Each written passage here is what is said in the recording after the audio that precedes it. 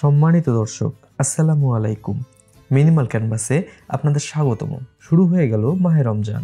এই রমজানে বিভিন্ন প্রতিষ্ঠান থেকে সাহরি ও ইফতারের সময়সূচি প্রকাশ করে থাকে। এ সকল সময়সূচি ফেসবুক সহ অন্যান্য সোশ্যাল মিডিয়ায় আপলোড বা প্রিন্ট করে দেয়ালে ঝুলিয়ে দেওয়া হয়, যাতে মানুষ এই সময়সূচি দেখে সঠিক সময়ে সাহরি ও ইফতার করতে পারে। আজকে খুব সহজ করে কিভাবে সাহরি ইফতারের সময়সূচি তৈরি করা যায় তা দেখাবো। আমার এই ভিডিও দেখে আপনারা নিজেরাই এ ধরনের ডিজাইন করে ফেসবুকে আপলোড করতে পারবেন।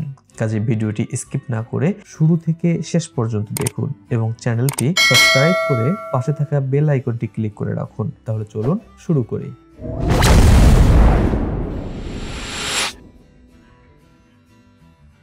প্রথমে ফাইলে যাই, সেখান থেকে নিউ এ ক্লিক করে একটি আর্টবোর্ড সিলেক্ট করে নিই।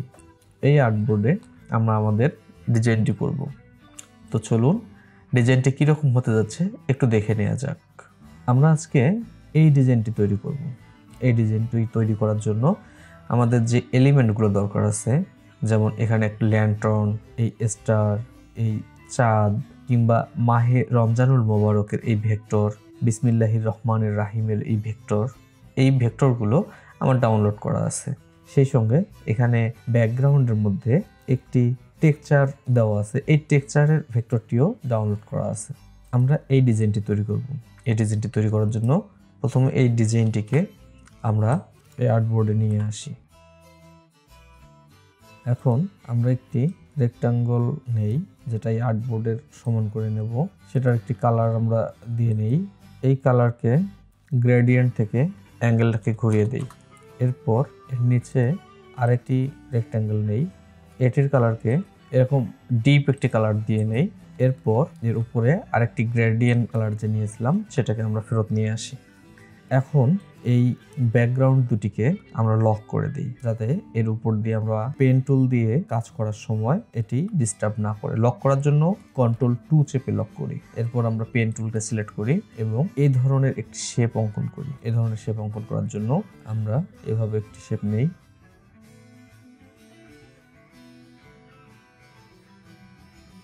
খুব ধৈর্য সহকারে এই শেপগুলো অঙ্কন করবেন, একবারে না হলে ধীরে ধীরে চেষ্টা করবেন। এ ধরনের একটি শেপ নেওয়া হলে এই শেপটিকে আমরা ট্রান্সফর্ম করে রিফ্লেক্ট করব। এখানে ভার্টিক্যাল সিলেক্ট থাকা অবস্থায় রিভিউ করে দেখব এবং সেই সঙ্গে কপি করে নেব। তাহলে আমাদের এটা একটা কপি হয়ে যাবে। এই কপিটাকে সরিয়ে আমরা ঠিক এইটার পাশাপাশি বসিয়ে দেব এবং এই দুটির আমরা নিচের দিকে শেপটা একটু বাড়িয়ে নিলাম।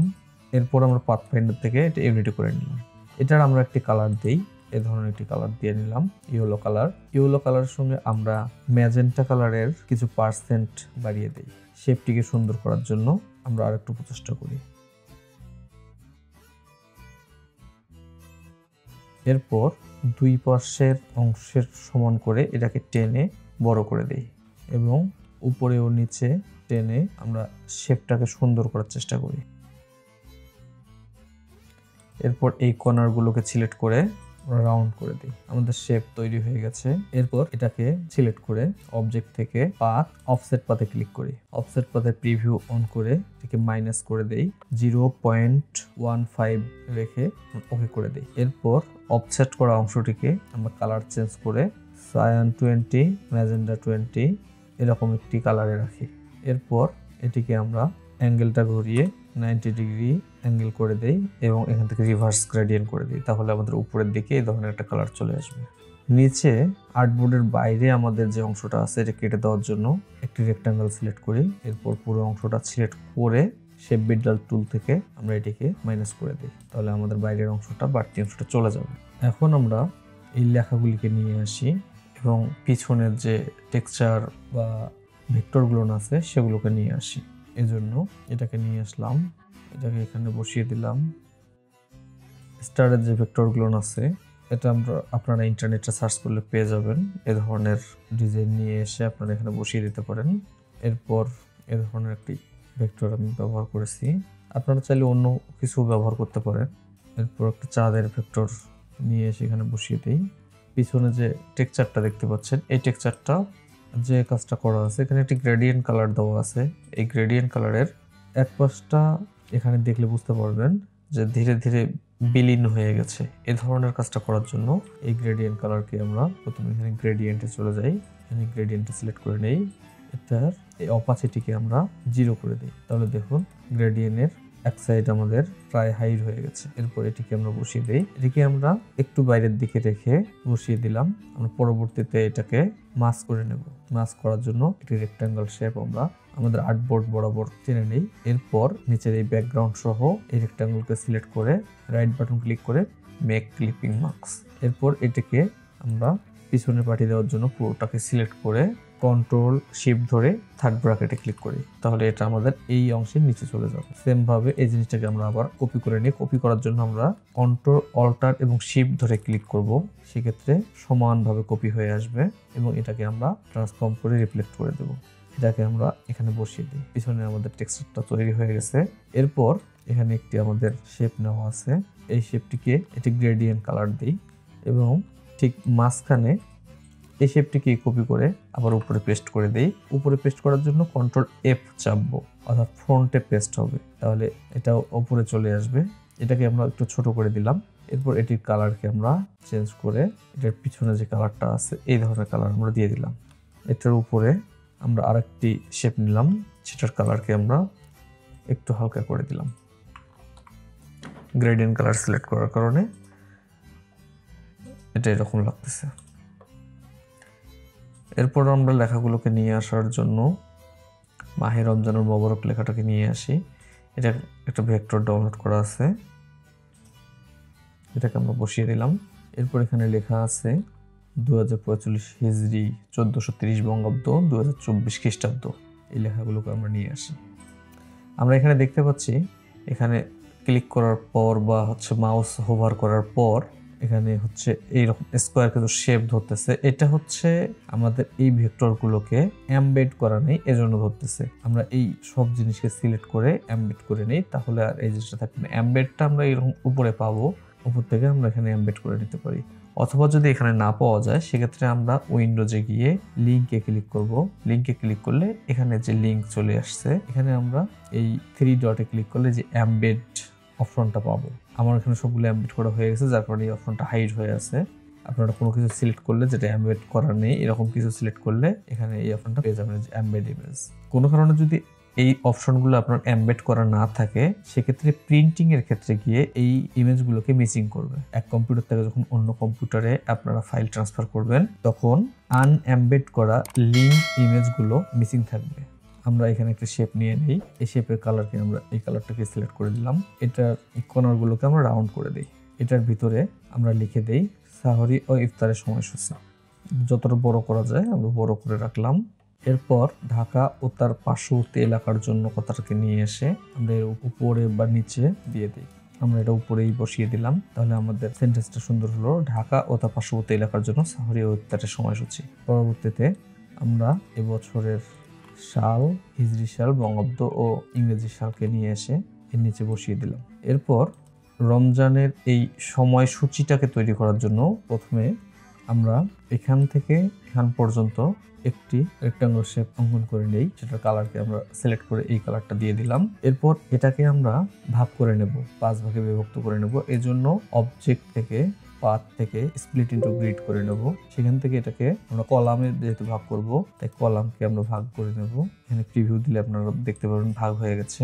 এরপরে গাটারটাকে বাড়িয়ে দেবেন, সেক্ষেত্রে মাঝখানে এটা করে গ্যাপ তৈরি হবে। এরপর ওকে করে দিলে এটা আপনাদের বিভক্ত হয়ে যাবে। প্রতিটি আলাদা আলাদা এটা করে শেপ তৈরি হয়ে গেছে। দেন এই জিনিসটাকে আমরা আবার একটি করে কপি করব। কপি করার জন্য সবগুলো সিলেক্ট করে কন্ট্রোল অল্টার শিফট ধরে একটু নিচে নামাবো, তাহলে আমাদের এটা কপি হয়ে যাবে। এটাকে আমরা একটি শেপ দিয়ে দেবো, টেনে বড় করব এবং কালারটাকে আমরা এখান থেকে সিলেক্ট করে দেবো।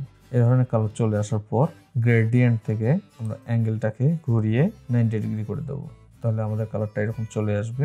আমরা এখান থেকে পার্সেন্টেজটাকে হালকা একটু কমিয়ে দিতে পারি, অথবা সরাসরি আমরা ট্রান্সপারেন্সি থেকে পার্সেন্টটাকে 50% করে দিই, তাহলে আমাদের একটা শেপ তৈরি হয়েছে। এখন আমরা এখানে এই লেখাগুলো লিখে ফেলবো, রমজান মার্চ এপ্রিল বার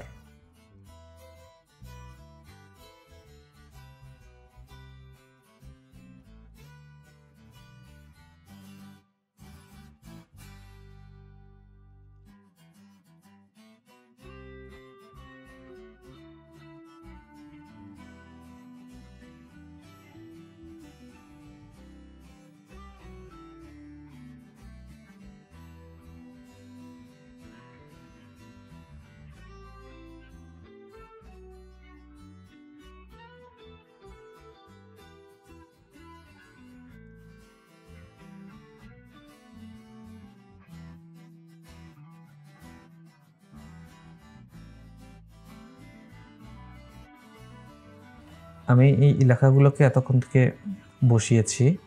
এখন আমরা এই লেখাগুলোর মাঝখানে সেপারেশন করার জন্য এরকম একটা লাইন টানবো। এই লাইনের স্ট্রোকটিকে আমরা বাড়িয়ে দিই এবং স্ট্রোকের কালারটিকে আমরা সাদা দিয়ে দিই। এই স্ট্রোকটিকে আমরা একের পর এক কপি করে যাব। এজন্য কন্ট্রোল-শিফট ধরে নিচে নামাবো, মাঝামাঝি বসে গেলে এরপর শুধু কন্ট্রোল-ডি চাপলে এটা কপি হয়ে যাবে। তাহলে আমাদের সেপারেট হয়ে গেল প্রতিটা জিনিস, দেখতে সুন্দর লাগতেছে। একইভাবে আমি অন্যগুলোও করে নিচ্ছি। একইভাবে আমি বাকি জিনিসগুলো লিখে নিয়েছি। রমজানের এই ডেটগুলোকে পরিবর্তন করতে হবে।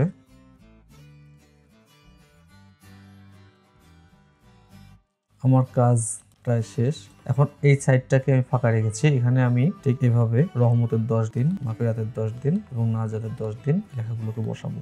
এজন্য আমি এখানে একটি রেক্ট্যাঙ্গেল শেপ নিয়ে নিই। এই শেপের কালারকে আমি এটা সিলেক্ট করে দিই এবং ডাইরেক্ট সিলেকশন টুল সিলেক্ট করে এটার দুই সাইডে আমি রাউন্ড করে দিই। রাউন্ড করা শেষ হলে এটাকে আমি ক্লিক করব। অল্টার ধরে ক্লিক করলে রাউন্ডটা ভিতরের দিকে হবে, এই শেপটা চলে আসবে। তখন অল্টার ধরে যদি আমি এই রাউন্ডের এই মাথাটাতে ক্লিক করি তাহলে এরকম শেপ হয়। আবার ক্লিক করলে রাউন্ড হয়, আবার ক্লিক করলে এরকম হয়। আপনারা চেষ্টা করলে এটা পেয়ে যাবেন।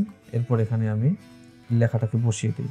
একইভাবে এই জিনিসটাকে আমি কপি করে করে 3টি বানিয়ে নেব। একবার কপি করার পর কন্ট্রোল-ডি চাপলে দ্বিতীয়বার কপি হয়ে যায়, এটা আপনারা জানেন।